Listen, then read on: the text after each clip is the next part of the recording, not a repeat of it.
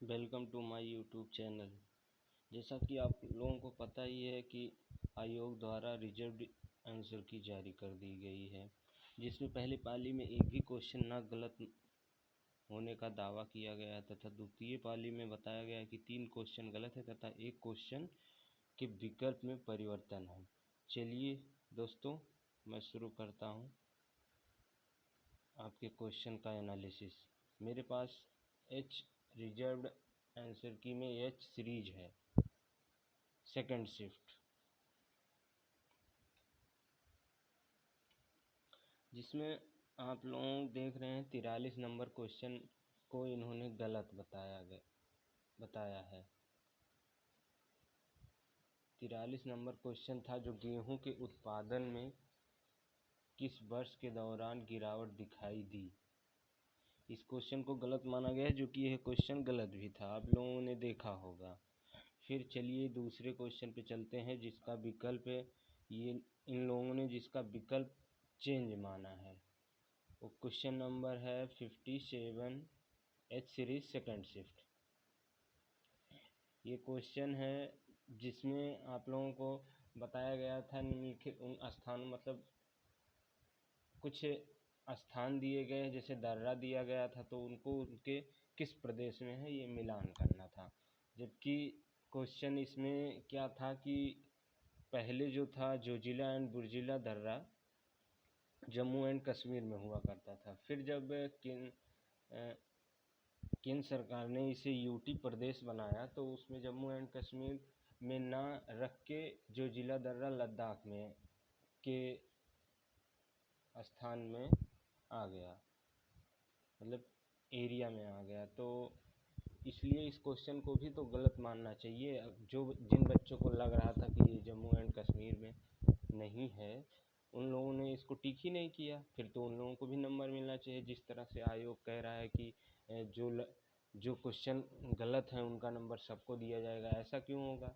जिनको क्वेश्चन पता नहीं था, वो टिक नहीं किए, तो उनको नंबर देने का कोई मतलब नहीं होता। ऐसा कभी होता नहीं है। अगर ऐसा होता है तो फिर आप 57 नंबर क्वेश्चन को भी गलत मानिए। चलिए छोड़िए, आगे हम आपको बताते हैं 73 नंबर क्वेश्चन पे।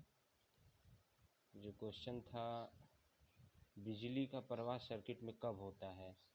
इस क्वेश्चन में मीनिंग इंग्लिश एंड हिंदी में जो क्वेश्चन थे उसमें मीनिंग डिफरेंट था, इसलिए इस क्वेश्चन को तो ठीक है गलत मानना चाहिए। फिर इन्होंने क्वेश्चन नंबर 100 को गलत माना है, जिस क्वेश्चन टोक्यो पैरा ओलंपिक 2021 में किसको भारतीय दल के ध्वजवाहक के लिए नामित किया गया है। उस टाइम पे जब UPSSC PET का एग्ज़ाम हुआ था, उस टाइम के कुछ टाइम पहले ही ये डिसाइड कर दिया गया था कि ध्वजवाहक कौन रहेगा, जिसमें मरियप्पन थंगावेलु का नाम था। फिर एग्ज़ाम शायद 24 अगस्त के 15 दिन बाद पैरा ओलंपिक शुरू हुए थे। पैरा ओलंपिक में जब शुरू हुए तो उस टाइम पे मरियप्पन थंगावेलु को हो गया था कोरोना, जिसकी वजह से ये चेंज करके किसी और को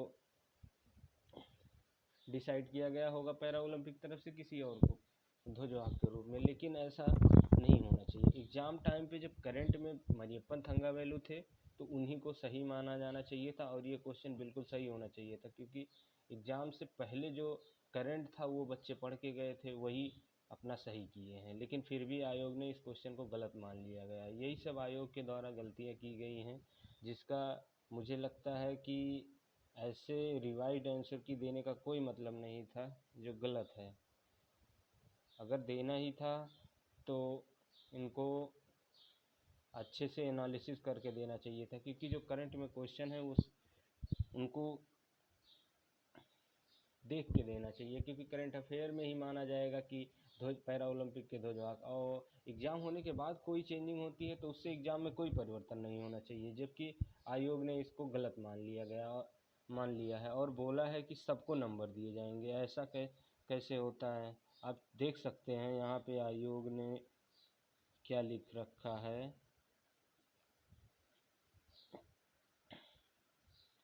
आयोग के द्वारा बताया गया है कि इसमें इस क्वेश्चन के पूर्ण अंक प्रदान किए जाएंगे सभी बच्चों को। तो फिर ऐसा अगर हो रहा है तो वो बच्चे भी